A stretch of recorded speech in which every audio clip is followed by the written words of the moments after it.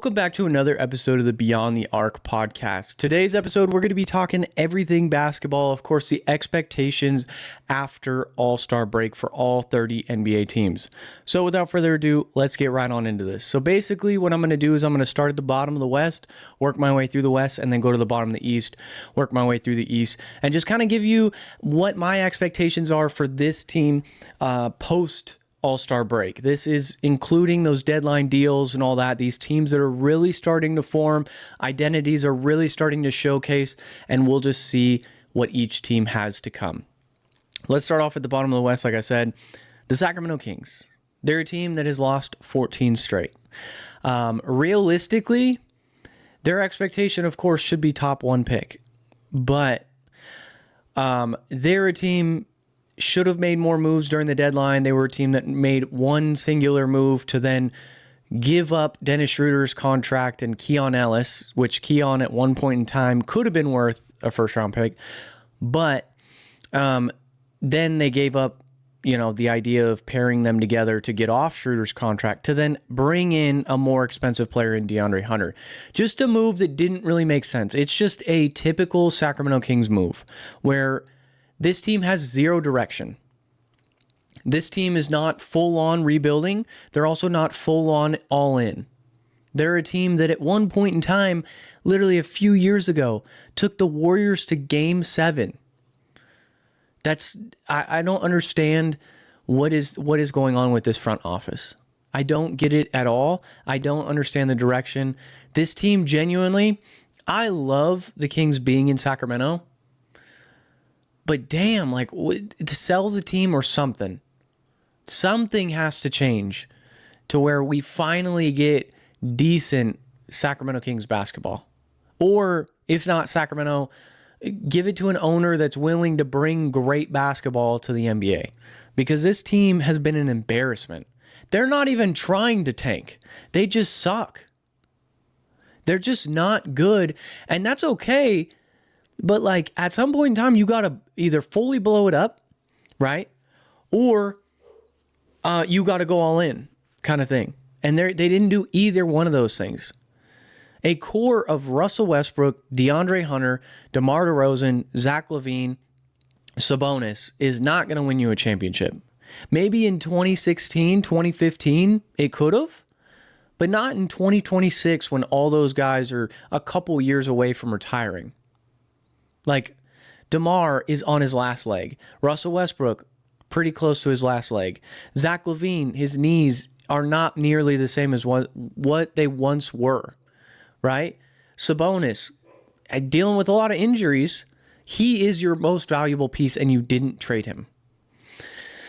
And then the rookies, these young rookies that are, impressive.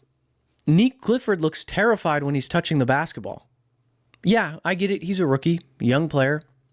But yeah, he's had really only a handful of good games this season. Dylan Cardwell, I will say that is a dude that, not that he's somebody you're going to build around, but he's definitely a piece that's interesting for your future. Maxine, whatever, young assets that they have, they just don't. I'm out on Maxine. I'm out on Keegan Murray. Nick Clifford, I need to see a little more. I will give the benefit of the doubt for Nick Clifford. He's a first-round pick. He's young. I'll give him that benefit of the doubt. But yeah, I'm out on Keegan Murray. I don't think that he's this massive building piece that Kings fans should be super excited to have around the team. Honestly, I think he provides negative value. He makes too much money and doesn't provide enough on-court production overall for a guy making that much money, right? Next up here, the Pelicans. They're a team, they're kind of lost in this. They're similar to the Sacramento Kings, where they're obviously newer in their progression, but they are somebody that probably should have sold at the deadline that didn't. Similar to the Sacramento Kings, should have sold at the deadline and didn't, right? The Pelicans, though, we got guys, of course, that had value here, like Zion at one point in time. Herb Jones, Trey Murphy have value, that whole 9 yards. Hopefully this offseason they really make a good decision on the direction of this team. Because we have seen that the turnover rate can be pretty quick. right? Let's look at Phoenix, for example. Phoenix went from Chris Paul, Devin Booker, DeAndre Ayton core to Devin Booker, Kevin Durant core to a surprising team of Devin Booker, Dylan Brooks, Grayson Allen core, right? And they're not great by any means. That team's not fantastic, but they're at least good enough to where you're like, oh, this team doesn't need to fully tear things down, right? Like they're putting pieces around Devin Booker, your clear set franchise player, and you're saying, hey, we can win a championship with this guy. We believe we can win a championship with this guy. We just need to put the proper pieces around him. They're at least trying to win a championship. Bradley Beal, Kevin Durant. Didn't work, right? Move on. They're in this new era where, yeah, it's a little unorthodox, sure, but they're winning basketball games. They're currently the 7th seed, right, with a positive win record. They at least are forming something there. Next up, Utah is a team that probably is going to start a new penalty rule by the NBA based off their unethical tanking. The benching of Lauri Markkanen and Jaren Jackson Jr. in the fourth quarter, it's unethical, right? It is not something that fans that save up their money to go to these games and to see these players play and them just not playing. It's similar to when the Spurs were doing it a few years back. With the Manu, Tim Duncan, Tony Parker era, when they were benching their guys. And then that came with the whole resting players and not able to rest players, that whole 9 yards, right? So with that, you have a new kind of idea behind, hey, let's trade for a superstar or let's trade for a star. We'll tank, we'll get a good pick. Hopefully he pans out. Now I'm a believer in karma. Right, what goes around comes around. I think people who do good things happen to. People who do bad things happen to. Not necessarily saying the Jazz are doing something terrible, but it's unethical. And I think that it will come back around to bite them. As in, maybe they fall out of the top 3. Maybe they fall, they're 6 games back from the Kings. I doubt that they go and catch them, but can they sneak into that top 3? Absolutely. They possibly could. They're 3 games back from being tied with the Pelicans, the Pacers, and the Brooklyn Nets. But overall, I do think that the Jazz have a bright future after this season. Let's just talk about that, right? Ace Bailey, Keontae George, Lauri Markkanen, Jaren Jackson Jr., and whatever pick you land. Right? I do actually enjoy the core that they're kind of bringing together. Whether or not they retain Walker Kessler is a whole nother story. I think even if they don't retain him, they could go get a cheap center on the market. And Naveem Missy, we'll see if the Bucks continue to hang on to Miles Turner, that whole 9 yards. Right? But yeah, with Utah, I think that there's options for them. I don't think they necessarily need to keep Walker Kessler if they don't want to. He'll have a market for sure. The thing is he going to be too pricey for them to keep because they do have a lot of money tied up into Lauri Markkanen and Jaren Jackson Jr. Now, they have a lot of young pieces on this team, though, to where they might be able to afford a little flexibility with Walker Kessler's contract because Keontae George on a rookie deal, Ace Bailey on a rookie deal, and their incoming first-round pick on a rookie deal, right? Players like that. Now, eventually, you're going to need to pay Keontae George. So keep that in mind if you're a Jazz fan, that this ain't going to work forever, right? It's just like the Boston Celtics. The Boston Celtics had to pay Jaylen Brown. They had to pay Jason Tatum. They were still able to afford Derek White. You could have the guys for a second, but eventually you're going to need to make those moves to clear salary space to then be under that apron. To not be put in that crazy tax bracket. So what they did, they traded for Anthony Simons for Drew Holiday, right? They traded, for contracts that realistically they lost the trade, kind of like the Georges Niang deal for when they traded away Kristaps Porzingis. Realistically, on paper, they lost that deal, right? Of course, in hindsight, they didn't really lose the deal because Kristaps wasn't really playing for the Hawks, and then they just traded him again to the Warriors, that whole 9 yards. But It does make sense. Eventually you're going to have to make these decisions if you're like a Jazz fan, for example, or, you know, another younger team is like Minnesota is kind of dealing with that right now, where they've got money tied up into a handful of players, but they want to progress and get better. You're going to need to make that decision soon. All right, let's talk about Dallas. Dallas has a super bright future, of course. I've been very adamant on this channel about Cooper Flagg, his bright future as a generational talent, right? I think that this organization is good enough, too, to put the proper pieces around him, especially with the improper names making deals out the door. As in, of course, the Luka deal. That was a terrible deal. Didn't even go to any other team in the league. Could have gotten a lot more for Luka, but didn't. Right now, that, of course, eventually landed them Cooper Flagg. So who kind of knows if they didn't make that deal, what their team would look like. Cooper Flagg might be, I don't know, in a Pelicans jersey instead. But, of course, yeah, I think Dallas, the rest of the year, they kind of just let Cooper do his thing. You know, they're not going to be great. They're currently 19-35. They're 7 games out of the top, out of the 10th seed for the play-in. They're not going to make the play-in, I don't think. They traded away Anthony Davis, of course. They're kind of in this rebuild mode, but they have assets that are very intriguing, right? Of course, Daniel Gafford's here. Derek Lively's here. Are they a part of the future? I assume Derek Lively might be, but Daniel Gafford probably not. Right, then you have other pieces here. You have the Najee Marshalls of the world, and then you have the PJ Washingtons of the world that are still on this roster. And also, big question mark is what is up with Kyrie Irving? Kyrie Irving being a piece that would fit alongside Cooper Flagg pretty well, but he doesn't fit the timeline. So this offseason, I assume that they try and move off Kyrie if they can. And then they just pivot, fully retool, go get that draft pick, whoever it is. Hopefully they sneak up in there and they get a guy like if they could get a guard, ideally that would be prime, because they should have probably gone after like a Kobe White. They didn't, of course, but I'm not mad at them for not doing that. I think that they are in a spot where they can have that flexibility to just not make a move. Right? They did trade away Anthony Davis. They also traded away D'Angelo Russell. So they're in a good spot. I think Dallas has one of the brightest futures in the NBA right now.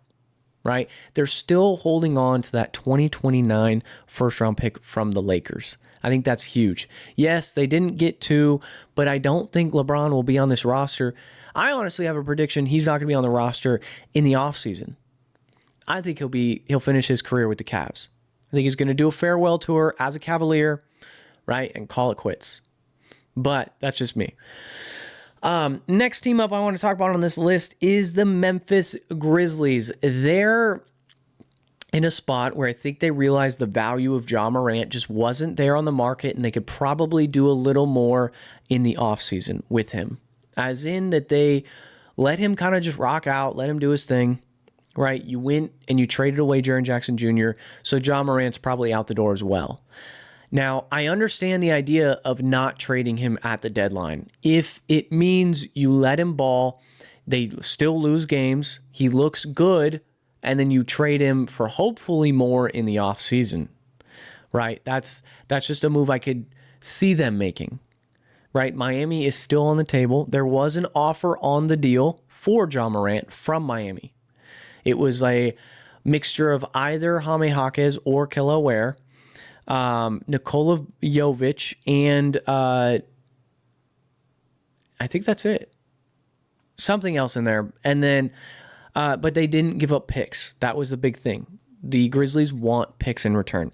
But I do think that the Grizzlies are in a similar spot to the Wizards the last few years, where the Wizards, they had that Bradley Beal era, where it was time, but the right deal wasn't on the table, and eventually they just cut ties, right? But look at them now. They've retooled, they've rebuilt, and now they've traded for Trae Young and Anthony Davis, so next season should ramp up the Wizards' productivity for sure. They should be a lot better. The Grizzlies are kind of in a similar boat. You've got your unhappy star that makes a lot of money, that the value's just not on the market. So eventually you're going to cut ties, you're going to rebuild, you're going to get a top pick, you're going to be towards the top of the league. in the rebuild sense. The Clippers turned what seemed to be a terrible situation, being so old and having no draft capital, into an okay situation. I think they came out the deadline better than when they went in, right? You, of course, got rid of your, two of your top three guys, being James Harden and Zubac. But you went and got young Darius Garland, only 26. Yes, I understand he has the foot injuries, but I think that they can get past that. As well, they got Benedict Mathurin. And Benedict Mathurin can learn and just be a sponge to Kawhi Leonard. And I think that's huge. Kawhi Leonard, an all-star, let me mind you, and also was playing good basketball. So with Kawhi mentoring Benedict Mathurin, they also got picks. They might have a 5 through 9 pick this year. If not, it's a 2031 unprotected first-round pick from the Pacers, right? They've got a possible bright future, especially if they move off Kawhi Leonard and they get some draft capital back from that. Maybe he goes to the Pistons for a pick or two, plus a decently young player in maybe a Ron Holland. And then some salary filler there, a Tobias Harris of the world. But yeah, I'm actually not... I think that they'll continue to just rock out and win as many games as they can. They're not going to be this terrifying team to go up against, but they could make potential noise in the play-in and then sneak into an 8th or a 7th seed. But overall, because like their matchups right now, Phoenix, Portland, Golden State, if I'm the Clippers, I'm not terrified of any one of those teams, right? Portland, very young, with guys like, Shaedon Sharpe, and of course Scoot just coming back from injury. Denny, of course, was an all-star this year. They've got Donovan Kling in there. There's a young core that's there. So I'm not terrified of them, especially with Kawhi's playoff experience. Then you win, let's say, and then the Golden State Warriors, for example. I'm not terrified of them either. They don't have a big. Yes, you don't technically have a great center at the moment either, but neither do they. And Kawhi Leonard is a top 2 player in that playoff game, right? That play-in game. So if Curry has a cold night, boom, you could potentially knock off the Warriors. And then lastly, the Phoenix Suns, kind of like I said, they're kind of in this unorthodox era of there's no direction. Right now, they're still winning games, but there's not really a direction, and you're not really afraid to play the Phoenix Suns. You got to worry about D-Book, but you, on the other end, have to worry about Kawhi Leonard. So I think the Clippers could potentially sneak into like that 7th seed. Are they going to make noise against the Spurs or the Thunder? I don't think so. Maybe they snag a game, but I doubt it. All right, moving on up, Portland. They've got a bright future for sure. Dame coming back healthy next season, right? Drew Holiday still on the roster. Like I said, Denny, all-star on a cheap deal. Shaedon Sharpe still here. I think they could potentially make a big splash move in the offseason where they trade for, a decent name. They're somebody that could be pretty dangerous because they've got their picks, they've got the Bucks picks, and they've got young assets. So Scoot might be out the door, or Shaedon Sharpe might be out the door to go get a better player. So I'm excited for Portland for sure. This season, though, they're going to be similar to the Clippers. Maybe they make it out of the play-in. I mean, realistically, probably not. Golden State, though. Golden State terrifies me because they don't have... They gave up Jonathan Kuminga for nothing. They sold him at an all-time low. That's unfortunate. You whiffed on that. Moses Moody was not dealt to get any sort of center help for the Warriors or any sort of help in general. Kristaps Porzingis might not even play for the Warriors. Yes, they get off the books of the Jonathan Kuminga drama as well as Kristaps Porzingis contract this offseason. So I'm okay with that, but of course you still have a lot of money tied into Jimmy. You still have a lot of money tied into Curry, which he's not going anywhere. And you got money tied into Draymond. Brandon Podziemski really held you back from trading for Lauri Markkanen. They're probably biting themselves in the foot for that. And then overall, I mean, this roster is just nothing terrifying. I'm not scared of right? Like I said, Curry has a cold night. The Warriors are screwed.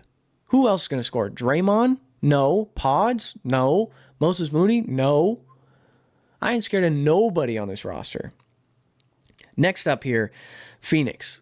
Phoenix, I kind of touched on them a little bit earlier. I think they're just a team that is going to go with the flow and really evaluate what they have. In this offseason, they're going to make some changes. Not Devin Booker, but Colin Gillespie might have some value. Dylan Brooks might have some value to certain teams. And this might just be like inflate the value to then retool. I think they're a retooling team. They're not a full-on rebuilding team. Minnesota should be better than they are. They're a 6 seed right now, right? They're a game back behind the Lakers. They are 2 games back from the Rockets. Like, they should be better. Anthony, and I think that they're going to be. I think they're going to ramp it up in the second half. I think they're a second half team. They're a team that they did get their guard, Io. I think it'll help them a lot. I think adding in Io for as cheap and as low as you kind of gave up, I think was kind of worth it. So I'm okay with this roster. You didn't give up Naz Reid, which is huge. But I do think in the offseason, you're going to need to make a move if things don't go well. Could they make noise? As of right now, they play Denver in the first round, and I'm going to give it to Denver because Denver is my championship team in 2026. I don't think that anyone else has a better roster than the Denver Nuggets, right? But Minnesota, if they were playing anyone else, if they sneak up into that 4-5 matchup and they play a Lakers or a Rockets, I think it's a coin toss. I think they beat the Lakers easily. But I think the Rockets one will be a coin toss there because I think the Rockets are pretty easy to defend. You literally just defend Kevin Durant. You make everyone else beat you. You force Amen Thompson to do something. So and I think Minnesota's matched up very well with the Rockets. You put Rudy Gobert on Amen Thompson. I think Julius Randle can handle himself against Alperen Sengun. And then from there, you've got like a Tari Eason, Kevin Durant, and let's say Reed Shepherd, right? Anthony Edwards will guard probably Tari Eason or Jabari Smith or whoever that other guy is, right? And then after that, Kevin Durant's getting defended by great defender, Jaden McDaniels. And then lastly, Reed Shepherd's getting defended by whoever. Io? Yeah, Io's a solid defender. So overall, I'm okay with this. If they can sneak up into that 4-5, which I think that they will, because I think that the Lakers, I'll get to them right now. The Los Angeles Lakers are a team that, gosh, it is just not a bright future. I mean, yes, you have Luka, but you've got nothing. I don't like Luka and Austin Reeves together. I think that they're just a defensive liability together. I don't like, LeBron's clearly, he doesn't fit here. Rui Hachimura is being asked too much of. He just isn't the guy that you're looking for. The idea of Rui is better than Rui himself. DeAndre Ayton, the whole roster, I don't like. I don't like the Lakers and I think they get too much media attention because they're in LA. Yes, I respect all those players, and I think that they tried, but this offseason, you got to make a tough decision about LeBron. Because what if LeBron doesn't want to leave and he just wants to come back? Are you going to tell him no? Are you going to tell a top 1 or 2, regardless of your opinion, top 1 or 2 player of all time that they cannot come back? We won't re-sign you unless you sign like a minimum? No shot. He's going to want some money. It's LeBron. He's not going to take just a straight up vet minimum. But he would be willing to negotiate that, I'm sure, and take less money. All right, the Houston Rockets. The Houston Rockets, I wish they would have made a move at the deadline for a point guard. I think that could have helped them out dramatically. Even if they would have gone and gotten like Mike Conley, right? Or if they would have gotten, I had brought up I had brought up like Dennis Schroeder, for example, or even a Keon Ellis would have helped them a lot. Like somebody to just help. Even like Russell Westbrook wouldn't have fit, but like Russ's playmaking ability would have helped out. It would have been a little clunky, but I think, yeah, Dennis Schroeder would have been a good fit here. He stretches the floor better than a Russell Westbrook. Ultimately, yeah, if you could have gotten a Kobe White, with as cheap as Kobe White went, I feel like more teams should have called. I definitely feel like more teams should have called. Also, I think that the Bulls kind of gave a good representation of don't hang on to your players on the last day. Like, get those deals done early, because those deals are going to be off the table because other teams are going to jump at other offers earlier. So it's good to take what you can kind of get for your player versus you're the Bulls and you kind of scrambled at the last minute and you got rid of Kobe White for literally nothing. I mean, you got back second round picks and Colin Sexton. So now you have 17 guards on this roster. Anyways, the Rockets, though, yeah, I wish that they would have made a move. I think it's going to be their ultimate demise, that people have figured out Amen Thompson and how to defend him. You just literally put your center on him and force him to shoot because he can't shoot right now. Can he fix that? Absolutely. Giannis was a bad shooter coming into the NBA. He became a better shooter. Is he a great shooter? No. But I don't think Amen Thompson needs to be a great shooter. I think Amen Thompson can be a better Aaron Gordon, where you put him in the dunker spot or you put him with the ball, right? Or like maybe like a Aaron Gordon, Zion-esque, where like kind of a unique player, of course, because he's this hyper athletic guy, right? He's got the athleticism of like a Derrick Jones Jr., but he's got the ball handling skills of somebody a little better. As long as he can up that shot, I just think with the Rockets, they're kind of in this spot where this season it's not going to look good. They're probably going to need, to make a move this offseason, whether it's somebody like a Giannis, whether it's somebody, they go big splash Giannis, or, and so you give up a Alperen Sengun or an Amen Thompson, or I'm trying to think which one I'd rather give up. Amen Thompson, I think, has more value. But I want him because he has more value and because I think he has more upside than Alperen Sengun. Alperen Sengun, he's great. Don't get me wrong. He's a good basketball player. But I hate his whining on the court. It's the same thing with Luka. Like, those guys, they just get too frustrated and it ruins plays. There's plays where, like, you should be getting back on D, but you're not because you're whining to the ref, right? And then there's other moves where you're like, I mean, obviously, offensively, he's got it. I mean, he sometimes seems a little slow-footed on the defensive side of the ball. And I get it, he's not a super great defender, and maybe that's why the Rockets have gone the way they've gone, where they've kind of gone this very defensive direction, where they've got the Jabari Smiths and the Tari Eason and the Amen Thompson, who are great defenders, because Alperen Sengun is a little bit of a liability, right? I don't know. Me personally, I just think they kind of flame out early. I think they may, if they play the Lakers, I think anyone who plays the Lakers in the first round is winning, right? I think the Lakers get bounced in the first round. After that, 3-4 matchup, you're going to be looking at matching up with like a San Antonio, you're going to be looking at, matching up with like a San Antonio, a Denver, somebody like that. And that's where I think that San Antonio or Denver beats the Rockets in a 7-game series. Next up, the Denver Nuggets. I'm going to kind of fly through a couple of these just to get through these. The Denver Nuggets are a team that I have winning the NBA championship. I think they have the best roster top to bottom. No ifs, ands, buts about it. If they don't, it's probably because they got stopped by a Spurs or a Thunder, right? They took the Thunder last year 2-7, and I think that their roster got better.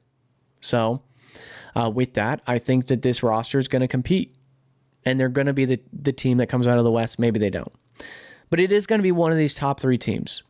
The Spurs, I think they're a year away. I don't think this is their year. I think this is the year they make a good playoff push, though, right? Right now they would potentially play like the Phoenix Suns in the first round of the playoffs. And I like that for them. They match up very well against them. I mean, they match up very well against a lot of teams. Can you handle Victor Wembanyama? And so far, nobody really can. They also, I think that if you give Carter Bryant a year to develop, next year, they're going to be dangerous. Because Carter Bryant is going to be this lockdown defender. And the one thing I think they kind of need to work on, which they've been doing pretty well with Julian Champagnie, is their three-point shooting. That could improve. So maybe in the offseason they go get kind of like if they could get a Herb Jones. I mean, that solves all their problems. A Trey Murphy. I've been adamant about the Spurs with those two. I think that's where they kind of thrive. The Thunder. The Thunder, of course, they're going to be a team that competes. I mean, it's just their roster is the same as their championship roster was last year. And they traded for Jared McCain. And they gave up a 2026 first-round pick. I'm not mad at it. They're a roster that's going to be dangerous. So, all right, now let's move to the bottom of the East. Washington, like I kind of touched on before, they're a next season team. They're a team also similar to Utah where they're probably going to get penalized or they're creating a new rule to be penalized in the future. Indiana. It's unfortunate that Tyrese Halliburton's injury has caused what it is, but it has shown that Tyrese Halliburton has a lot of value to the Pacers because without him, they still have, of course they don't have Miles Turner either, but they have a similar roster and they were terrible without him. He is the system. So that showcases a lot there for Indiana, and they're preparing for next season also by trading for Zubac. They're also taking a big risk, and I like this gamble for them. 1 through 4 protection, 10 through 14 protection. I like that. And it's going to land somewhere in there. It's going to be a real interesting, probably the most intriguing lottery viewing we'll have in quite some time. Brooklyn. Brooklyn is a team in the tankathon. They're a part of that. Just get your young guys developed in the offseason. You can make a decision whether you're going to go all in and start buying. Like, you have your Michael Porter Jr., you got Nicholas Claxton, you got Igor Dem here, and then you've got your potential top 3 pick here.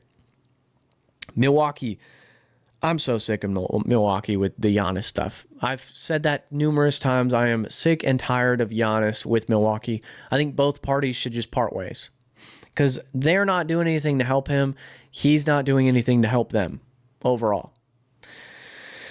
Because I think it becomes a little toxic when you're constantly like, yo, trade me, I'm done with this. And then you're also like, and then the organization is like, no, we're not going to trade you. But at the same time, we're not going to go get you help. I think it's both parties.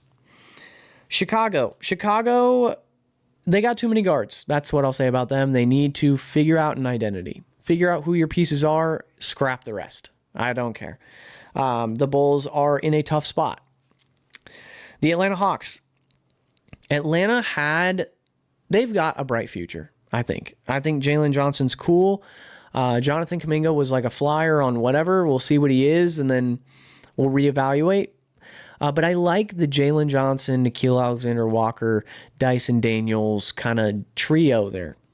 Is it championship level? Not yet. Could it potentially be one day? We'll see. They're just one of those... could be a really exciting team to watch on on NBA League Pass.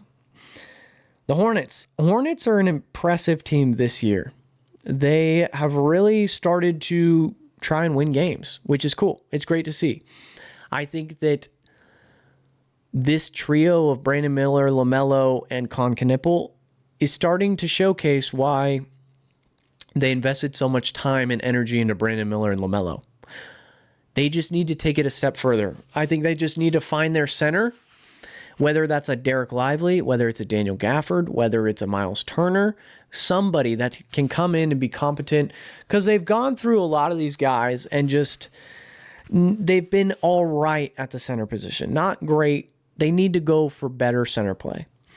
Miami, probably the most disappointing team from the trade deadline. They're a team I expect to flame out early. But it is Eric Spoelstra at the end of the day. So I wouldn't be surprised if they end up, they play, they're not going to jump into the top 6. I just see them taking maybe a game or two from a team and then flaming out. Orlando, they should be, on paper, they should be so much better than they are. I don't understand what it is. I mean, it's just like, on paper, you have Jalen Suggs, a great all-NBA caliber defender. You have Desmond Bane, a prior almost all-star. Franz Wagner, a potential future all-star. Paolo Banchero, an all-NBA caliber player. And then Wendell Carter. Now, in my opinion, a lot of people are like, oh, well, Jalen Suggs is the piece that flops. In my opinion, not flops, sorry. He would be the piece that goes out, right? If you need to retool, he would be the guy that you trade. I don't think so. I think that it is Wendell Carter. I think that he's a little undersized. I think if they had a Miles Turner who stretched the floor a little better, block shots a little better, I think that would help them out quite a lot, right? If they had a Rudy Gobert even, who rebounded the ball better and block shots better. Now, of course, that gets a little clunky. And maybe what it is Franz and Paolo just don't fit together because they play very similarly. One doesn't shoot the three-point ball very well. They both like the mid-range a lot. They drive a lot to the basket. Overall, do they fit? Now, a lot of people are like, oh, you trade Paolo. I mean, shoot, I'm licking my chops if I'm another team and they're like, oh, they're looking to trade Paolo. Because if I'm a team that's like, hey, we got pieces here, if I'm even, I don't know, the Pelicans, and I'm like, hey, you want Big Z? You want Herb Jones, Trey Murphy, something like that? All right, next up we have the Philadelphia 76ers. I think they're a team that needs to start the rebuild, right? I think this 25-game suspension from Paul George, it happened. What I'll say, actually, I guess, is if they come out of this 25-game suspension, right, they're balling, they're all clicking on all cylinders, maybe you then just retool. As in, maybe the VJ Edgecombe, Tyrese Maxey, Paul George, Embiid can work together. Right, on paper, they could. Embiid, of course, he started to take a step back and let Tyrese Maxey take the reins and be the number one option. Then after that, Paul George, of course, has understood his role with this roster. So I think what happens here is your number one option is Tyrese Maxey. Your number two option after this season becomes VJ Edgecombe. Your number three option becomes Embiid. And your number four option becomes Paul George. Right? I think that's kind of the role of what they're headed towards. And if there's a guy that's going to, I think potentially you could look to move off of Embiid just because of his injury history and everything like that. If I'm the 76ers, I would consider that, especially this season, like we've all said, is the season for a team to go far in the East, right, with all the injuries. So right now you'd play the Knicks in the first round. The thing that scares me is Embiid getting another injury. I do actually think they match up decently well with the Knicks, especially with Paul George coming back. Paul George is going to come back. They're going to have roughly 10 or so games to reacclimate themselves before the playoffs. So, and you play, if it were to be right now, the Knicks in the first round. And yeah, I think Tyrese Maxey, Jalen Brunson battle I think I would give the edge to the Knicks at the end of the day, but I don't think that it would go easy. It would be at least 6 is what I would say. Toronto's the next team on this list that they need to find a center. They got to find a center. I think that Scottie has proven he's the number one option for sure. I like the Scottie-Brandon Ingram duo. Awkwardly, I do. It's unorthodox, and I like it a little bit. RJ Barrett, I think, has to go. And then you just kind of figure out the other pieces that are there, right? Is Grady Dick a piece for your future? Is Colin Murray-Boyles a piece for your future? What draft pick do you end up going with this year? Hopefully a center falls to them because they're a perfect team where they can get a young center. Cleveland. Cleveland's all or nothing right now. That's what I'll say. I think if they flame out and they don't go, I don't even know if, I think you got to make it to the chip if you're the Cavs. I think if you don't make it to the chip, you're risking Donovan Mitchell.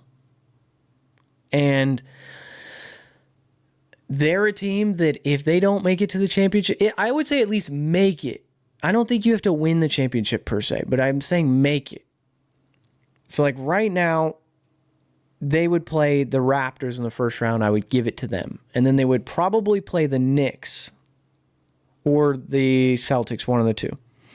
And that's where things get a little dicey because that's going to be tough. It's going to be a tough road for the Cavs, no matter what.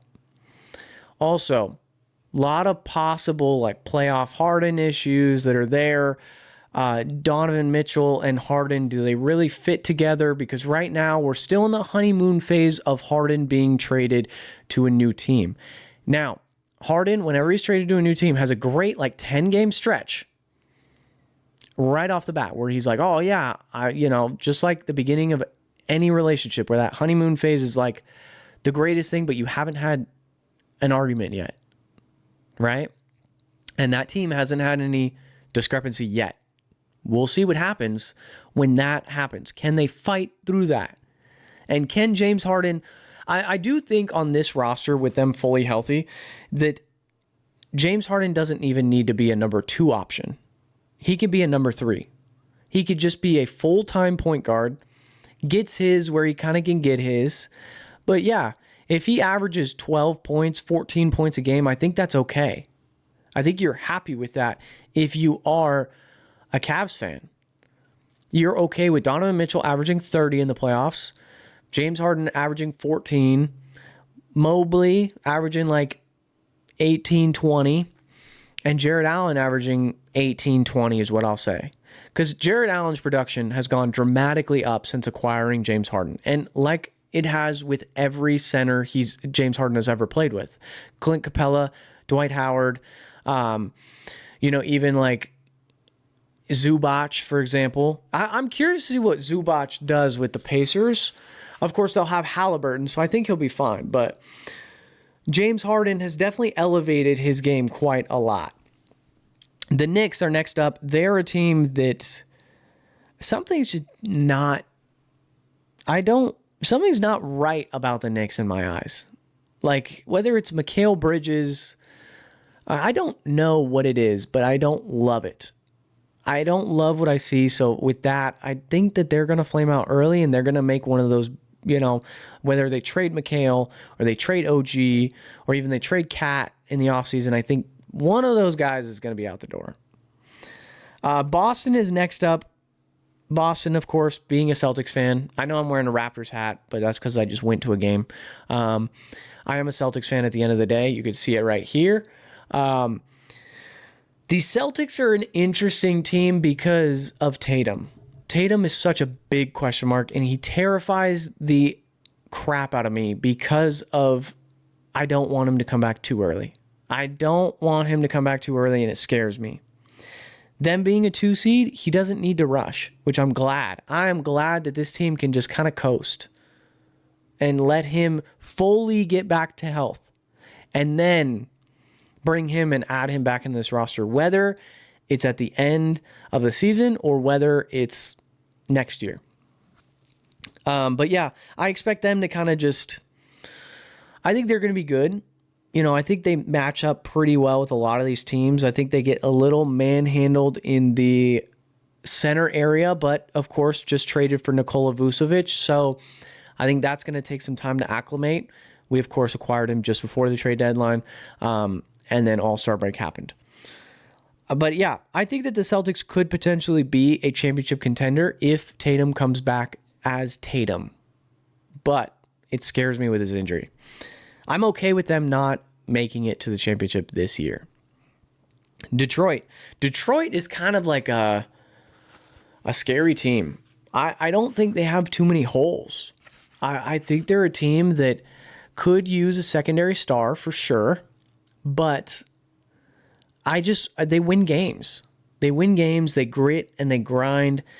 And it's starting to remind me of like old school Detroit basketball, right? The Chauncey Billups era, where it was Chauncey Billups, Tyshawn Prince, Richard Hamilton, where there was no real like, there's a superstar on this team in Cade Cunningham. But outside of that, you have a bunch of good players, but no one else, right?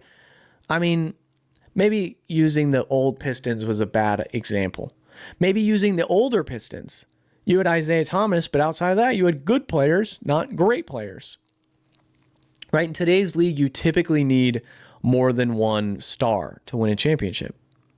Right? The Atlanta Hawks from the 2010s, where they had 5 really good players, but no one great player, never won it. Right? The Pistons are in a boat where they've got a really great player in Cade Cunningham. But outside of him, they have really good players. I don't know if those guys are enough or if they're still one piece away. I think that they're one piece away. I think they make a decent run. Maybe they get to the Eastern Conference Finals. And then after that, they realize we need to make a big move, and they go and get a guy like Kawhi. Right? A good wing would help this team out a lot. A Kawhi Leonard. Other people that could possibly fit that would be like, obviously like a Jaylen Brown or a Jason Tatum, but I don't think either one of those are on the board. And I don't think that the Celtics would trade one of those two to Detroit. Another wing that could be on the board would be, you could go talk to the Kings about DeAndre Hunter. But again, he's good, not great. LeBron, but I don't think he's going there. Another good wing. Maybe you could go talk to Portland about a Shaedon Sharpe or a Denny and see what that would cost you. The Pelicans about a Herb Jones or a Trey Murphy would help out quite a lot. But yeah, I think that Detroit is in a good spot. They could be in a better spot though. So, all right, guys. Well, that's going to do it for another episode of the Beyond the Arc podcast. If you did enjoy this content, do me a huge favor. Smash the like button, subscribe to the YouTube channel, comment down below on your favorite expectation here, as well as maybe an expectation that I said that you don't necessarily agree with. I love to have the conversation in the comments down below. So without further ado, it's been another episode of the Beyond the Arc podcast, and I'll catch you guys in the next one. Peace.